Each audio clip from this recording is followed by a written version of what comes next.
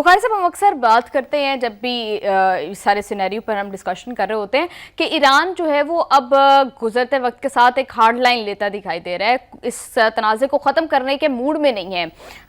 ابھی financial Times report کر رہا ہے کہ ایران جو ہے وہ اس تنازع کو بڑھانے تک اور پھر یورپ میں امریکی ایسٹس کو ٹارگٹ کرنے پر غور کر رہا ہے۔ تو بخاری صاحب، کیا آپ کو لگتا ہے کہ یہ حکمت عملی ایران کو سوٹ کرے گی؟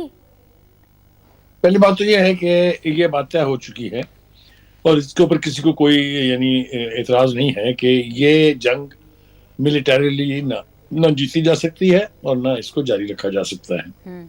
آپ نے دیکھا کہ ایران کے تمام تر ٹف سٹینڈز لینے کے باوجود بھی امریکہ کی طرف سے اب کوئی فوجی کارروائی نہیں ہو رہی ہے۔ ایک بات تو یہ، دوسری بات یہ ہے کہ اگر آپ کو نیٹو کے سیکرٹری جنرل کا بیان یاد ہو، اگر وہ امریکہ کو اجازت دیں گے کہ وہ ان کے اڈے استعمال کرے اور ایران کے اوپر حملہ آور ہو، تو اس صورت میں ایران یہ کہہ رہا ہے کہ پھر ان کی بھی خیر نہیں ہے۔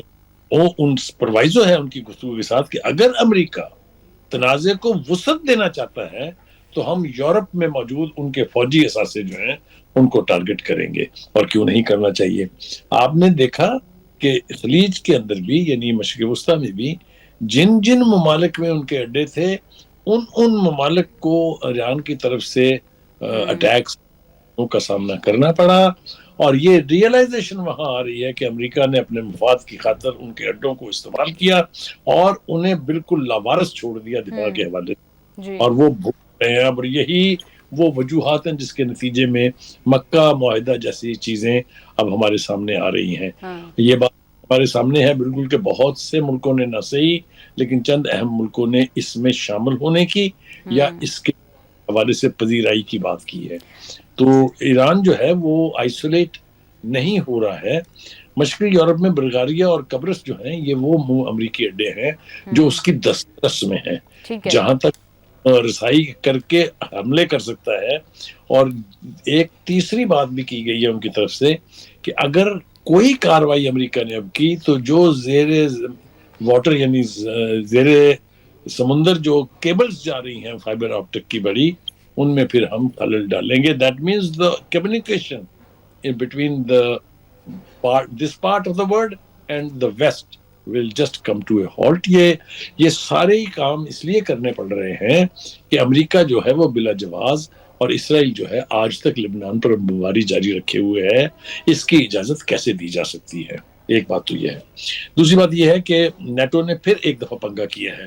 انہوں نے کہا ہے کہ کسی بھی خطرے سے نمٹنے کے لیے اگر ٹرمپ نے جنگ کو بڑھایا تو ہماری قوت مزاحمت مضبوط اور مؤثر ہے اور ہم اسے ایران کے خلاف استعمال کریں گے۔ جی بالکل بخاری صاحب، ایک لیٹسٹ اپڈیٹ کے مطابق ایران کے ایک سینئر عہدیدار ہیں، پارلیمنٹیرین ہیں، وہ کہہ رہے ہیں کہ اگر امریکہ نے جوہری ہتھیار ایران کے خلاف استعمال کیا تو ایران کے خلاف استعمال کیے گئے ہتھیار کی نوعیت کا ہی جواب جو ہے وہ ایران کی جانب سے دیا جائے گا۔ تو اس کا کیا مطلب ہے بخاری صاحب؟ یہ تو بہت اہم بات ہے کہ کیا ایران نیوکلیئر پاور بن چکا ہے؟ آپ کو یہ بات تو یاد رہے گی، لیکن آپ کو اس خادم کے وہ حوالے یاد نہیں رہے جو ایک سے زیادہ پروگراموں میں نے کہے ہیں کہ اگر امریکہ نے کبھی اس آپشن کے اوپر غور کیا تو it will set Iran free to make a bomb and then use it۔ اور یہ میں نہیں کہہ رہا ہوں، یہ ٹرمپ کہہ رہا تھا کہ جب ہم نے پہلی دفعہ حملہ کیا ایران پر تو ایران ایٹم بم بنانے سے ایک ہفتے کی دوری پر تھا۔ یہ میرا بیان نہیں ہے۔ اگر اس کو آپ تسلیم کر لیں اور یہ بھی تسلیم کر لیں کہ وہ افسودہ یورینیم جو ہے وہ کہیں نہیں گئی ہے، امریکہ آج تک اس کو ایران سے باہر نہیں نکال سکا ہے، تو پھر آپ خود ہی سوچ لیجئے کہ کسی ایٹامک وار کے آغاز کا نتیجہ کیا نکلے گا۔ یہ کو ایک مرتبہ پھر کہہ رہا ہوں، احمدی نژاد وہ بیچارے جہاں بھی ہیں خوش رہیں، انہوں نے یہ اشارے دیے ہوئے ہیں اپنی تقریروں میں، اور انہوں نے کہا ہے کہ امریکہ کو بلیڈ کرانے کا ایک ہی طریقہ ہے کہ اسرائیل کو صفحہ ہستی سے مٹا دیا جائے۔ اور کیا اس جنگ میں یہ ثابت نہیں ہوا کہ اسرائیل is vulnerable at the hands of the Iranians؟ یہ بتائیے کیا پوری کی پوری قوم 1 مہینہ 13 دن تک زمین بوس زیر زمین بنکروں میں نہیں رہی ہے؟ کیا وہاں کا وہی حال نہیں ہوا جو غزہ کا ہوا؟